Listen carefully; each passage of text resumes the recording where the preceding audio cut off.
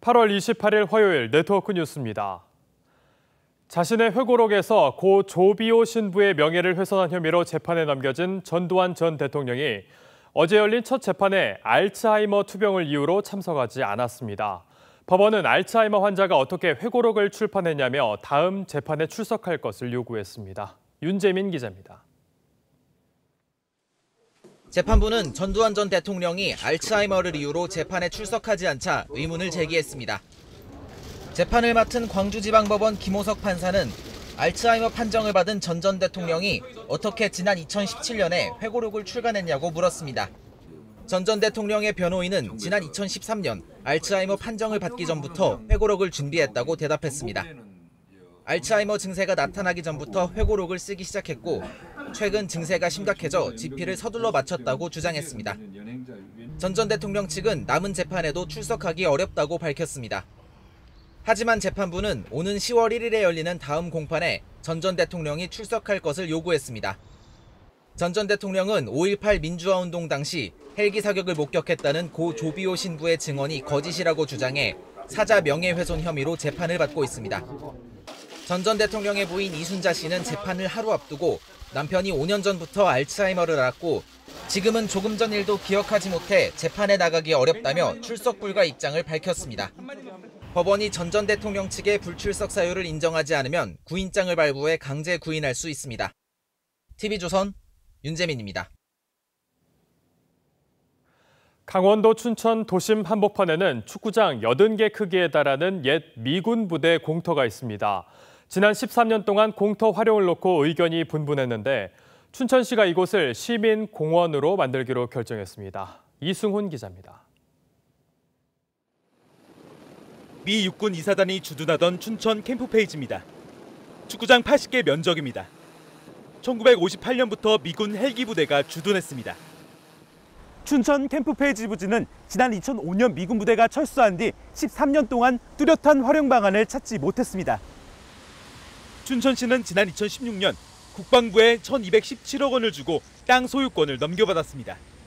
춘천시는 1,574억 원을 들여 시민문화공원을 만들기로 결정했습니다.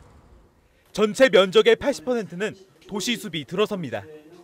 예술인 공방 등 창작 종합지원센터를 만들어 시민 휴식과 문화생활 기반으로 활용할 계획입니다.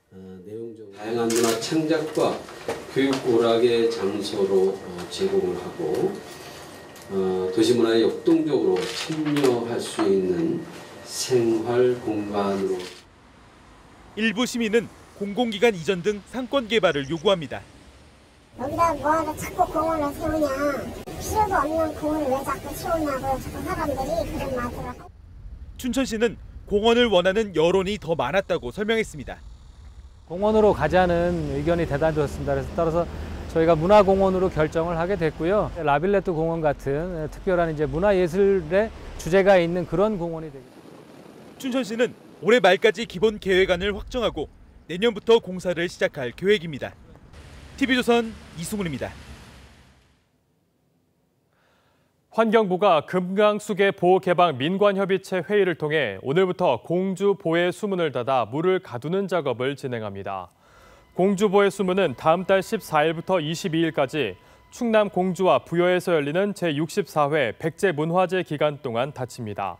물을 채우기 시작하면 현재 4m 수준인 수위가 8m까지 올라갈 것으로 예상됩니다. 수위가 오르면 백제문화제 수상 무대와 유등 등의 설치가 가능해질 전망입니다. 앞서 공주시와 공주시민들은 백제문화제의 차질 없는 진행을 위해 공주보의 수문을 닫아줄 것을 환경부에 요청했습니다. 서울시가 이번 달까지 공립초등학교 통학버스 53대에 어린이 하차 확인 시스템 설치를 마치겠다고 밝혔습니다. 슬리핑 차일드 체크로 불리는 이 시스템은 어린이가 차량 안에 갇히는 사고를 막기 위해 도입됐습니다. 통학버스 운전자는 차량 맨 뒷좌석과 내 외부에 설치된 NFC 단말기에 일일이 스마트폰을 가져다 대며 남은 아이가 있는지 확인합니다. 안전 하차 여부가 확인되지 않았을 땐 스마트폰과 학교 관리자 컴퓨터에서 1분 간격으로 경보음이 울립니다. 서울시는 등하굣길 에어컨이 열악한 학교를 추가로 지정해 내년엔 58개 교까지 하차 확인 시스템 운영을 확대할 계획입니다. 경기도는 노후 아파트 보수공사로 고민하는 주민들을 위해 기술자문 지원을 확대합니다.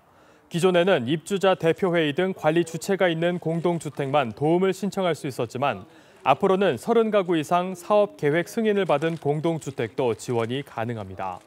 또 장기수선 충당금 3억 원 이하인 공동주택 가운데 주거 전용 면적 85제곱미터 이하이거나 500세대 이하이면 보수공사와 관련한 설계도 지원합니다. 경기도는 지난 2014년부터 공동주택 유지 보수를 위해 건축, 토목, 전기, 승강기 등 민간 전문가 100명으로 구성된 자문단을 운영하고 있습니다. 전라남도 의회가 전국 최초로 폭염 피해 예방을 위한 법적 근거를 마련합니다. 전라남도 의회는 최선국 도의원이 발의한 전라남도 폭염 피해 예방 조례가 입법 예고에 들어갔다고 밝혔습니다. 이번 조례에는 냉동물품과 온열질환 의료비 등 폭염 취약계층 지원을 위한 내용이 담겼습니다. 조례안은 입법 예고 후 다음 달 12일 심의를 거쳐 본회의에 상정됩니다. 충북 옥천군은 국내에서 생산된 복숭아를 동남아 4개국으로 수출한다고 밝혔습니다. 옥천군은 지난 23일부터 26일 싱가포르와 말레이시아에서 판촉 행사를 열고 현지 마케팅 업체와 수출 확대를 위한 업무 협약을 맺었습니다. 옥천군은 지난해 인도네시아에 복숭아 0.7톤을 수출한 것을 시작으로 해외 시장 개척을 모색하고 있습니다. 지난달에는 홍콩에 9.3톤을 수출한 데 이어 다음 달에도 복숭아 10톤을 추가로 수출할 계획입니다. 네, 오늘 준비한 소식은 여기까지입니다. 뉴스 마칩니다. 고맙습니다.